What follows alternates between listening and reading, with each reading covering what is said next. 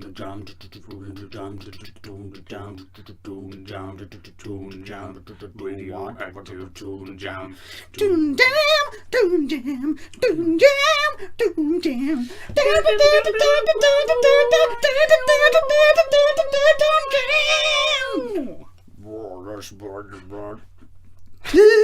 Jam.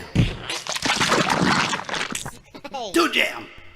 Hello and welcome to Toon Jam podcast. I am Matt. And I'm J-Man. And today we are talking about the topical Spider-Man animated series from 1994. Yeah. And I say topical because Spider-Man Into the Spider-Verse has been released today? Today, I believe. Today? Yes. Worldwide? Possibly. Possibly. Maybe maybe for the States. It's out somewhere today. Someone's watching. Someone may have seen it already. Yeah, maybe. Well, I mean, it depends when you listen to this. Yeah. A lot of people might have. But there you go. Yeah, so we're trying to stay topical, on beat. Mm-hmm. Keeping up. So Spider-Man, let me a bit of background. It's also known as Spider-Man the Animated Series. Yes. And Marvel Comics Spider-Man. Mm-hmm. It is from 1994 and ran till 98. Yeah. For 5 seasons? 4 seasons? 4 seasons, 5 seasons? I can't find that information. 5 seasons. 5 seasons. 65 episodes. Ah, good. Covered storylines such as the rise of Venom and Carnage, the symbiote storylines, the Sinister Six, and most of the well-known Spider-Man villains in his entourage, including famous ones like Hydro Man. Yes. The episode that was always on, as I remember it, Yeah. and Man Spider. Oh, yeah. Where he turns into a spider instead of a Spider-Man. Yeah. So yeah, we are covering what we're covering. Season 1, episode 6, Sting of the Scorpion. It should be noticed that in the first 13 episodes, Stan Lee had quite a lot of like a consultancy role. Oh, right. In the earlier ones. So yeah, it's a Stan Lee special, as many of them were. Yeah. So, which we should probably mention, very sad. Because it is. But, you know, such is life. That's it. It's bad times. Spider-Man, but you can't cover it without mentioning You him. can't, can you? Because he was always there. Big time. I think he was on the start of some episodes. Right. Oh no, I'm thinking Fantastic Four and the Hulk. Oh, okay. He used to be on at the start and he'd say like, "Not said." Yeah. And then it goes straight in. Like just some pointless "Imagine you're the Hulk." "Nuff said. Excelsior." And then it would start. Yeah. So, the Sting of the Scorpion. Let's go through it from the top. So, before we start, I nearly missed this out. Oh. Memories indeed. So, what are your memories of the Spider-Man animated series? I remember enjoying watching it as a young boy. Yes. I remember the theme song. I remember we've covered. Briefly Briefly at the start. But it was fun. I remember, in fact, the intro animation used to blow me away because it was CG. Yeah, and you were like, "What is this?" Like, yeah. you couldn't. There was no way of your little mind explaining what was going on, but you knew something different had happened when you saw him swing through the city. And that was engaging. This was released the year before Toy Story. Really? Yeah. So to put it in very perspective. early CGI. Yeah. And then Toy Story just blew us all away. Yeah, big time. But yeah, I do remember like some of the storylines of villains. This was probably my biggest taste of Spider-Man as a kid. Really. Like, because I think I'd probably picked up a couple of comics, possibly. I'd like mainly from just like the newsagents or something like reruns and stuff. But this is essentially where I got most of my Spider-Man information. This is for me as well. This was my first source of Spider-Man. Yeah, this is where it came from. I just remember it being fun and just being like some of the times, like because he's quite. You get a lot of monologue and stuff in this. You get to see how he's feeling, and like I just remember feeling pretty tense sometimes if he was in a bit of a tight spot. Yeah, like, you always knew where he was. How is he gonna get out of it? Like, oh man, this is pretty intense. See, I do have fond memories of Spider-Man. I did really like it. I remember when I first watched it. I remember being like, I think probably because he monologues a lot, being like, oh, it's a bit boring.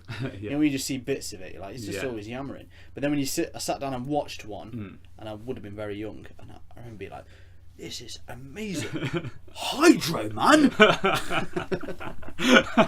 Who's that? He sounds villainous. But yeah, and it was really cool, and it's got like you say, the CG intro and all the characters, and I think. When you can, like, Spider-Man is one of the most iconic superheroes. So you of anything. So you got Batman, Superman, Spider-Man. Yeah, they're the big ones, aren't they? Sort of thing. And it's cool because it's so colourful. Yeah. And when you look at like Batman, that was running earlier, but at a similar time. This was like the other side of the coin, wasn't it? Yeah. And it's like everything's in the day, just bright in New York. All the characters are so colourful, but it doesn't feel like happy fairy colourful. It's just part of the palette, and it's really different, cool, and it felt original. And watching it back, sort of had. Well, I mean, we'll go into it more, but a lot of old school superhero stuff that you somehow you don't see now. You know, when it's around every day, it's missing. And yeah, we'll go into that in a bit though. So there are memories. So let's go. Actually, no false alarm. Straight into Sting of the Scorpion. So we begin obviously with the amazing title sequence, and then we find Peter Parker is walking home with Felicia, of course. Yeah. Felicia Hardy, aka Le Black Cat. Yeah, but we don't know that. But we don't know that yet. But they're having some little chit chat, and he's hitting on her. Basically, he's trying to sort of make things into some sort of romantic situation, and she is not happy. She with is that. not having it at all. Yeah, I don't really understand how old Peter is in this cartoon. No, is he at school? I think sometimes he seems like he's at school, but then you don't really. He doesn't look like he looks like a man. Yeah, I always question. Is he at college? Age. Maybe. Possibly. I don't know. Yeah, it is a weird one. His age. Yeah. I think he might be a bit older than we're used to. Because he sort of acts like a teenager sometimes, doesn't he? Yeah. But then he looks like a fully grown man. Yeah, I think he might be a college student. Because he seems to be going around a lot. Yeah. On his own, and he does look older, doesn't he? Yeah, he does. Yeah. So she basically friend zones him hard. Instantly. Yeah. And like just kind of comes across as just like way too good for him. Yeah. As well, and then it just kind of like drives away. Or whatever. But in this cartoon, it's worth noting that unlike in most Spider-Man stuff, he doesn't seem to be that upset ever. No. He's quite upbeat. Spider-Man, he is, He's very confident, he's very forward. Yeah. He's like, she rejects him and he's like, oh, well, maybe I'll give better luck next time. Yeah, that's it. Yeah, and then just disappears to fight some crime. Yeah.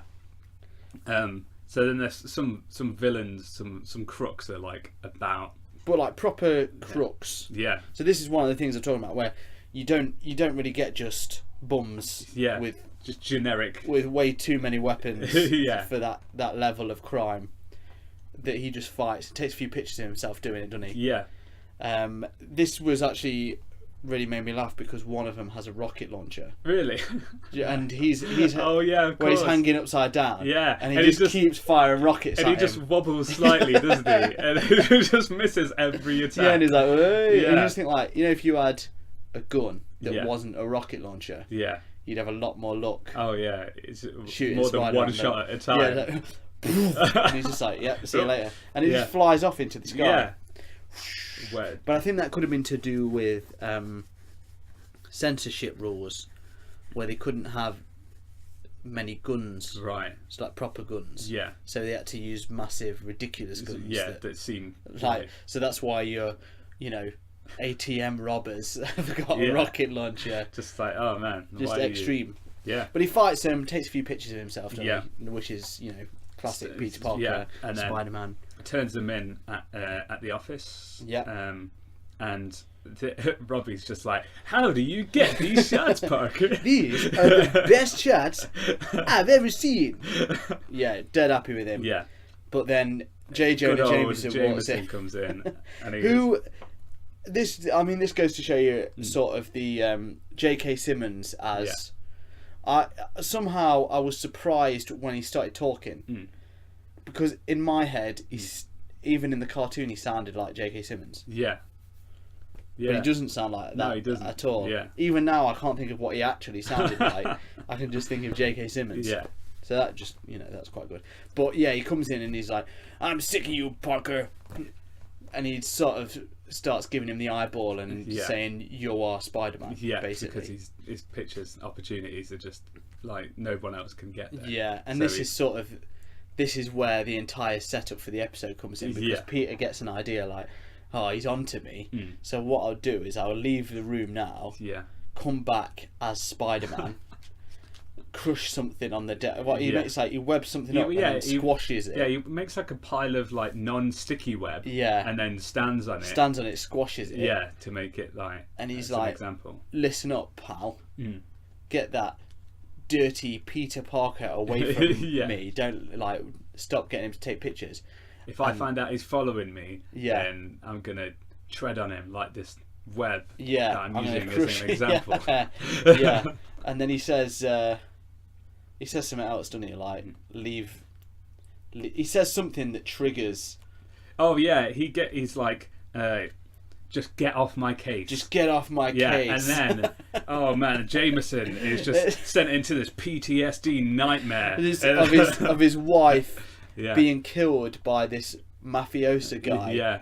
That's like, get off my case. And he's like, no. Yeah. And what, like, this is sort of explained.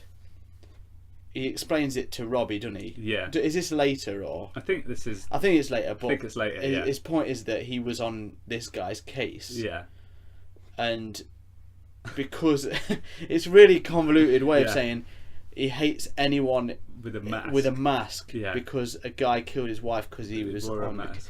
So it's just like, I feel like at that point you're blaming a mask for what your wife. A man did. Yeah. So I mean, I assume Halloween is a terrifying time for him. He's just running around the streets like, get off my case! Get off my case! Get off my case! But he's not happy about it, so he decides to fund the creation of a Spider-Man fighting superhuman. And he picks this absolute snivelling loser guy. Hey there, it's me. Yo, what's up? Stop making fun of me, Mr. Jameson. Don't call me names. Don't call me names. And he's like, you're a loser. Just constantly calling him names. And he's like, oh, you don't make fun of me. But you're so easy to make fun of. You coward. And he's like, proper. He just bullies him basically into helping him. And so they take him to this lab where this doctor's just like absolutely like the most. Like he's so dry. Is he at Oscorp or something? I think he's somewhere else, but somewhere else. They go to Oscorp, don't they? Yeah. But he, like basically, there's a lot of name drops of other characters, which is quite cool. That is quite cool because like Spider-Man mentions like the Fantastic Four. Yeah, he's like the Human Torch and and then the Doctor mentions Dr. Connors. Yeah, who's like the lizard. Yeah. And obviously Oscorp. And I think my favourite reference. Was later on when he is fighting, when he's with he's fighting anyway and he's doing loads of science, and James says, how do you know all this? And he's like, who do you think I am, the Tick? And that was pretty cool because obviously it's all Fox Kids, it's all owned by Fox Kids, so they could use that. She's like cool. really really like that. But going back to so so Sniveling Loser Boy gets into so this is Matt Gargan. He gets in, and then the Doctor just basically goes through all this science, science talk and saying like, well, this is blah blah blah. Dr. Connor believes that this is this. Yeah, and, the scorpion is the natural enemy of the spider. I chose it specifically. I chose it.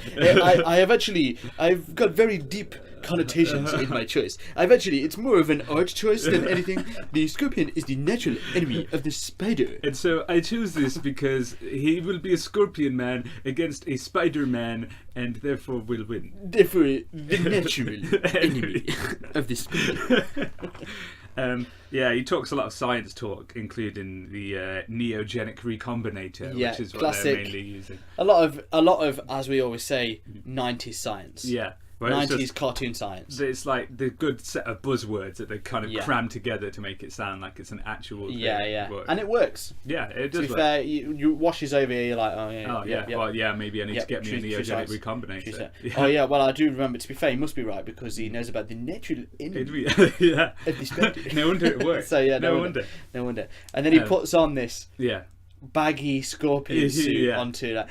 McGorgon, this is so baggy. What are you doing, Professor? And then puts him under. He basically recreates the Spider-Man like radioactive thing without knowing that's what happened to Spider-Man. Exactly, yeah. And the Gorgon's like he's concerned about the radiation, and the scientist just like, oh, there's no risk for someone with an intellect as yours. So like you're basically like just washes over him. Yeah, you big loser. I don't care about you. Just like idiots are safe from radiation because it can do no harm. I do feel Matt Gorgon is a massive victim in this story. Massive. And I don't feel like it's actually ever shown. No. To the point where he is a massive villain at the end of it. Yeah. And you just feel a bit sorry for him. Yeah, it's like, oh man. But you don't think you're supposed to. No, probably not. Because like Spider-Man and J. Jonah Jameson team up to take him down. And then you're like, those two guys are amazing. And it's like, actually, J. Jonah Jameson should be in prison. Yeah. For what he did. He absolutely mutated. And somehow he comes out of it the most, like, seeming the most good on face value. Don't know. But these writers. Let's get back into it. So the transformation happens, and then the next thing we see is Spidey's like web slinging through the city, and then he's jumped upon by this new attacker that seems to just be able to keep up with his pace. What I didn't understand was what he keeps doing along the time is while he's mid swing, he kind of jumps in and cuts the web off. Yeah. And, I don't know where he goes. Where does Scorpion go after? After he's done that, he goes to where Spider-Man will be. Every time. And he's like, I'm here! Because he's the natural enemy. It's worth noting at this point, once he's been beaconed by the Scorpion Ray, his voice is no longer, he's no longer Matt Gorgon. And he's Matt Gorgon. He starts talking a bit, he's like an old man. He's a bit beefier now. Yeah. And he's got like... And he fits in his suit, which is good. He fits in his suit, he's muscly. Yeah. He's also got a tail that he can use. His tail's got like a hook knife on it. Yeah. And sprays acid stuff out of it, which is dead handy. And it took no training for him to get to grips with exactly how that works on his back. No, straight in. That's just part of natural enemy of the spider. So that's just you can't really beat that. There's nothing you can do. Yeah. The natural. They kind of get in a scuffle, and it seems that basically Scorpion seems to have some sort of upper hand.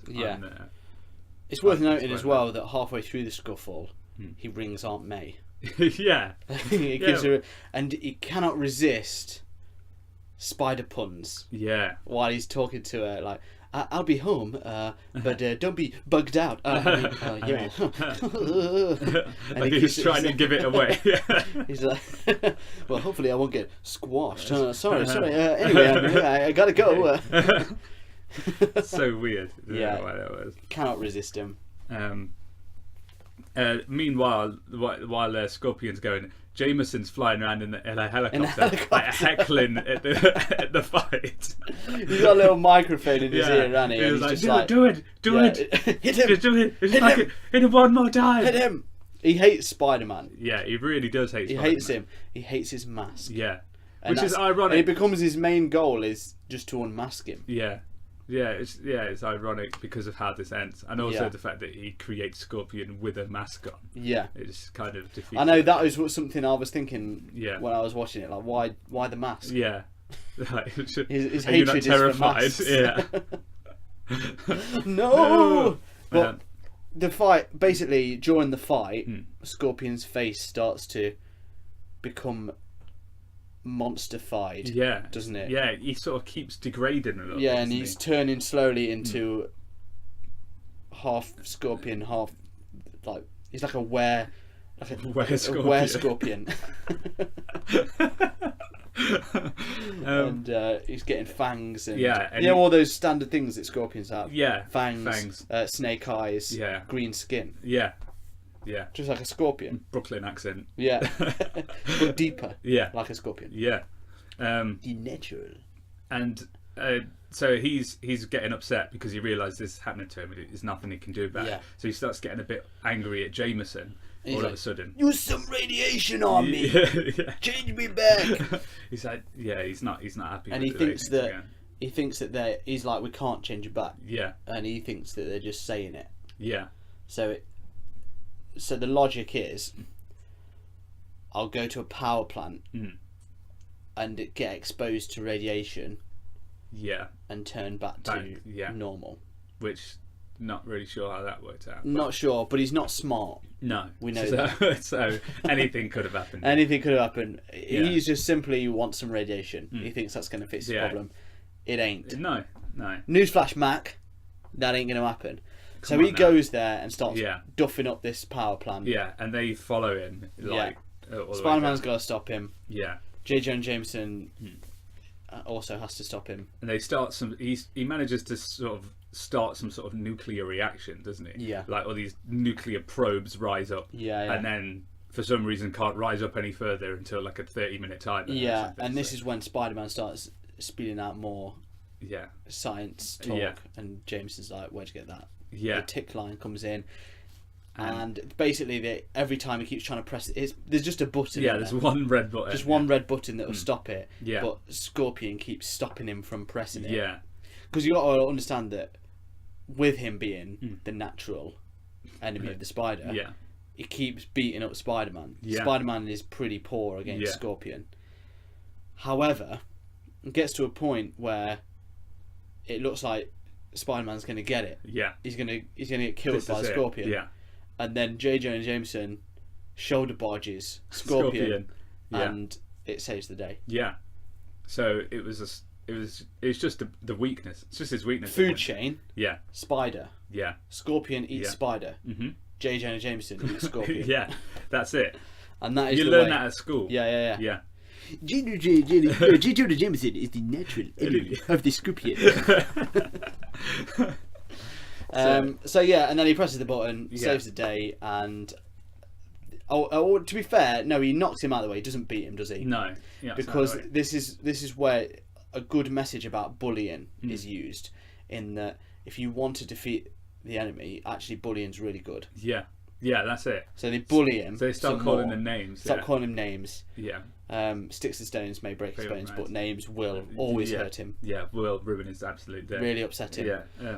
And that's how. And then they trick him into doing something. Yeah. Like he hits something, doesn't he? Yeah, and then Spider-Man manages to get him tied down. Oh, and Spider-Man, he goes to attack him, and Spider-Man pulls a wire out of the nuclear and, like, facility shocks him. which, Yeah. I mean... It's okay, the red button's been pressed at this point. Yeah, so... Not a problem. Yeah. So, I mean, there's a lot of good morals at the end of this. Yeah. I mean, there's bullying, there's obviously make sure you waltz into unguarded nuclear plants, start pressing buttons and pulling wires out. There's always combined forces with your boss and enemy. And enemy, yeah. To overcome any hurdles you may be facing. Always allude to your secrets by making puns with your arm Yeah, I on the mean, phone. because you'll get away with it. Yeah. That's for sure. It's just fun for you. It's just fun for you. Don't be bugged out, guys. Anyway. Yeah. So, and then there's a little sort of interaction between the two where he's like, Spider-Man like puts his hand and he's like, so now we're best friends, J. Jonah Jameson. And he's like, you think anything changed between us? I hate you. I'll get that mask off you one day. That's it. and then he clears off, meets up with Felicia again, Yeah. and then she's like, She nearly runs him over. she I think. nearly runs him over, but she's well into him because he ditched her earlier. Yeah. Treat him mean, keep him That's keen. it. She's all about That's that. it, yeah. Lifestyle. And She's one like, of them. she offers him a day date, Yeah. and he's like, well, now we're getting somewhere. That's it. And that's the end That's the end. of that episode. Toon Jam! Toon Jam! Okay, so now we draw to our unique rating system, which is thumbs up, swing a web, buddy. I don't know if that's good, actually. Thumbs up. Jonah uh, Jameson. thumbs down, Matt Gargan. Yeah. Oh no, Spider. Man in. Okay, I see what you're doing now. Thumbs down, Spider. Spider. Shaky middle, Scorpion. Scorpion. So that's what we're doing. Food chain. So what is your rating of this? Well, I think this episode in particular showed some. Before, let me just go on. This was one of the highest rated episodes. Really? On IMDb. Wow. Yeah. That's. If that puts anything. That does actually change things. So this is one of the best examples of it. Yeah. It's very much it's quite solid on the fact that like it's quite what I remember. Yeah, I do remember it being lots of Spider-Man quips. Yeah. Lots of like action and fights on rooftops involving water towers, which did make an Hydro appearance. Yeah, Hydro-Man, of Hydro-Man. course. Yeah, Wish I Hydro-Man. picked that episode, to be honest. Yeah, next time. Great next time. You'd all have seen it. I mean, it's in the intro anyway, so Yeah. you do get to see it. But Hydro-Man. there's a lot of I think this is something that didn't really talk about, but I'm sure I've mentioned it before. In the 90s, New York seemed so much bigger, Yeah. and this is a good like now you wouldn't. I don't know. Even the Spider-Man movie, the new one, doesn't really feel like he's in. I mean, he goes to Washington. Yeah. They can't have him just in. They're just like, really. We need to put him in. I just can't. It needs to be the whole world. And you just have to have him leave and go somewhere else. But New York felt like massive. Yeah, it was just endless. Yeah. All these different things everywhere. Yeah. Plants and you've got faces and you've got like Spider-Man, the Fantastic Four. Yeah. You've got the Gargoyles up there somewhere. That's it. Everything was in New Everyone's York. there. All these different universes. Yeah. And it seems to be lacking nowadays. I think New York's not as pop culturally present as it was. No, not at all. But I think the scale of it is the thing as well. Yeah, that was. When they're just having fights on the side of skyscrapers. Yeah. And now it feels like I don't know.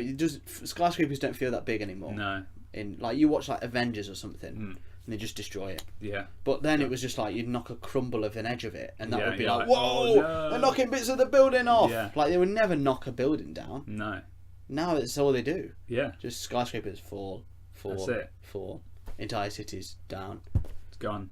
Too strong. Too strong. Yeah. Silly. But Spider-Man, it kind of keeps it. It's modest. It's a modest superhero. I know when you think about it, in the Marvel world, he's one of the strongest. Yeah. So they shouldn't be making it. Doesn't make sense. But there you go. Sorry, carry on.